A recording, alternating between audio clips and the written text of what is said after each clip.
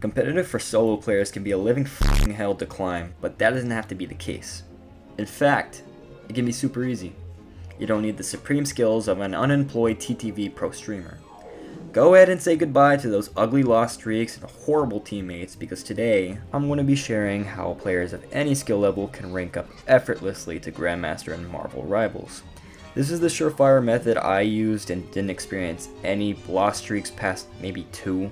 For further context, I was always stuck in Platinum last season and was always beat down with a stick to stay there loss after loss. Now I feel like I could neglect my life responsibilities and grind out Celestial without a problem. So, let's get into it. Now, you have to understand how ranked actually works. Do you ever wonder why you feel like your team or the other team is getting straight steamrolled in every match? That's because the match is mostly decided before it even starts. Marvel Rivals uses AI to place you into already predicted matchups that will either pitch you into an arranged loss or win game based off of your in-game activities and performance stats. It will handpick your teammates and influence the outcome it wants you to experience. I've linked a video that goes into more detail and in depth about the matchmaking if you're interested in more details, but in this video I'm going to keep it simple and tell you how to counter and trick the algorithm into doing your bidding. First, change your playing patterns. I want you to pace yourself ranking up.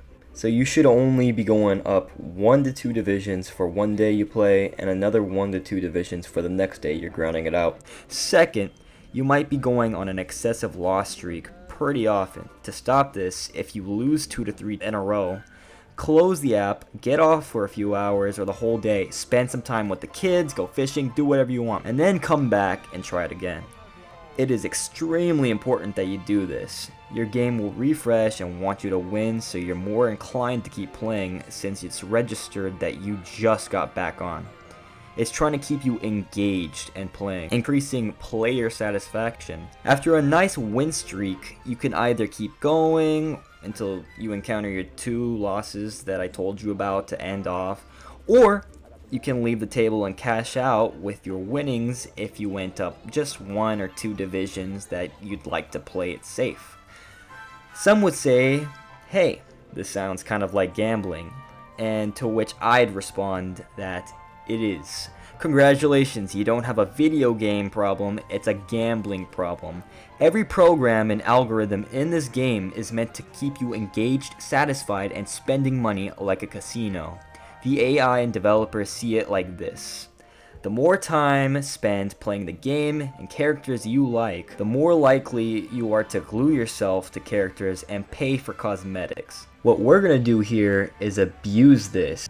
However, you will need to be putting up good in-game stats and numbers. The game will record your performance objectively using factors that can include the numbers on the scoreboard, or use hidden factors like your game movement and positioning, and your consistency from match to match. The game can tell you're improving, or maybe getting frustrated, or even about to quit, based on your performances and activity. If you're top in the charts and objective value measurements on paper, the game will work to move you up in rank because that's where it thinks you belong.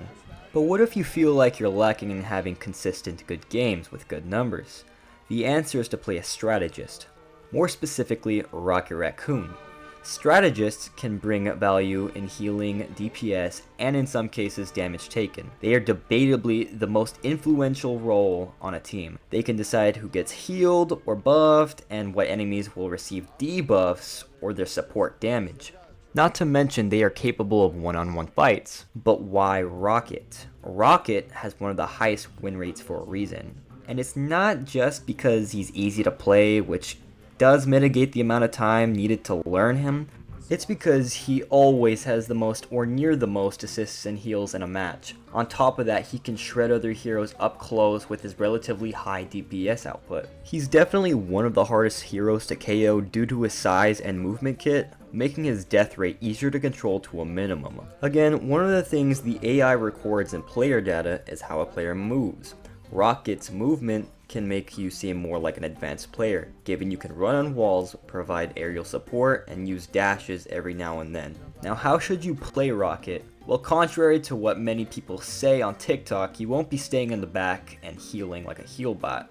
Instead, you'll be just behind your team in a vantage point to where you can heal your front line or most of your teammates, and while staying close to deal damage when your healing isn't needed. Your damage falls off heavily after 15 meters or so, all the more reason to stay relatively close enough to fight. If things are getting tough, you can always use your dash and wall climb abilities to escape a pinch or reposition to a better vantage point for your team. You are completely capable of shredding tanks and divers while healing yourself and your teammates at the same time, so make sure to do so when it's appropriate. As Rocket, your ult is a damage amplifier. As far as using the ult, don't use it if you're down more than 2 players in a fight compared to the other team. It's better to retreat and use it when you have a whole team ready to push. Don't use the ult during Mantis, Luna, or Invisible Woman ults. Instead, you can wait until their ult is at its end and then place your amplifier. You can even use your ult to just get a quick pick if nothing else. I mean, value is value, it's going to be there. Use your ult as often as possible so you can use it more times, if that makes sense. The more times you use it, the more it's going to be there. Aside from that, the most important slept on ability in Rocket's kit is his BRB Revive, or his beacon.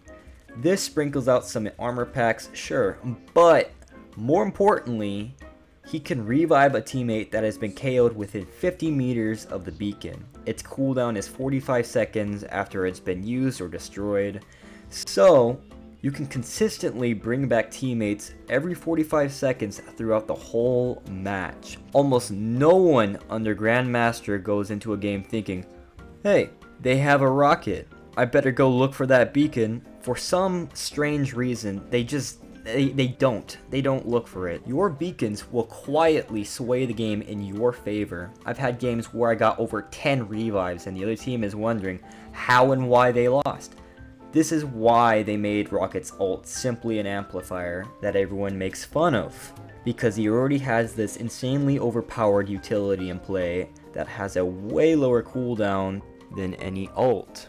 Just remember to hide it well enough out of the enemy's line of sight so it's not destroyed, as well as canceling it and replacing it when you think it's going to be destroyed, or if it's not near your teammates anymore.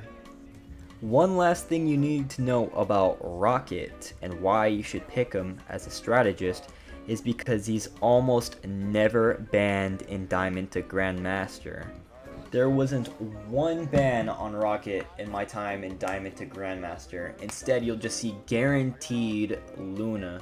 Luna on both sides. Luna is always double banned. Rocket, never banned. Never banned. Trust me, just pick him. Generally playing the game, you're going to want to push and pull.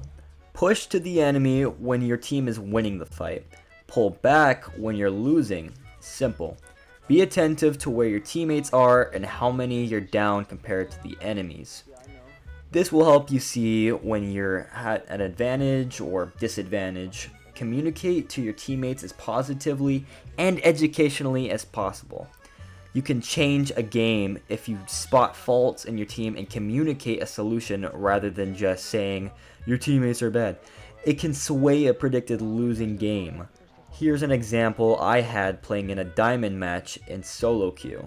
Penny, you need to cover your mines with webs. Penny, you need to place your mines on your webs, or place your webs on your mines. You gotta do that, man. Trust me. That's it, laser. Trust me. Yeah, there you go. That'll get him. That'll get him right there. What'd I say? What'd I say? What'd I say, Penny? And please, for the love of God, shoot the following things I list. Punisher turrets, Doctor Strange shield, Invisible Woman shield, Penny nests and mines, Loki runes and clones, Namor squid turrets, Squirrel Girl ult, Groot walls, especially his Ironwood wall, he gets health from that shit when he does damage, Moon Knight onks, and enemy rocket beacons.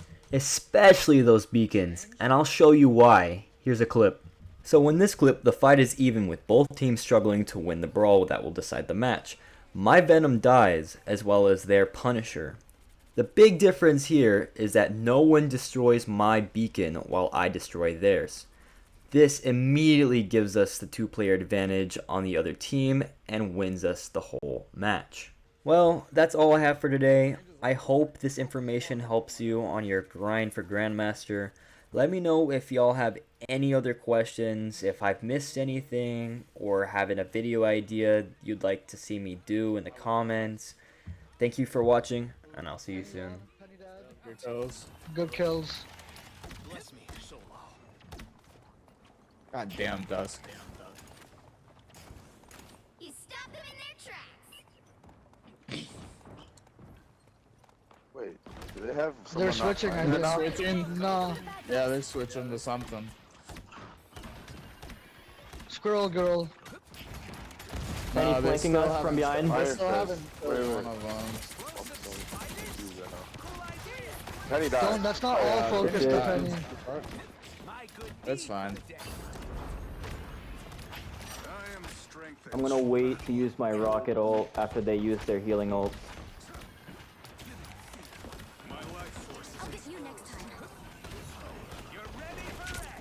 Strange is Strange jumping rushed Mar- me. Yeah, Strange just- I don't know why I'm No way. calling you Mark. Nah, you're good, you're good. Nice. Got three. Oh, that was great.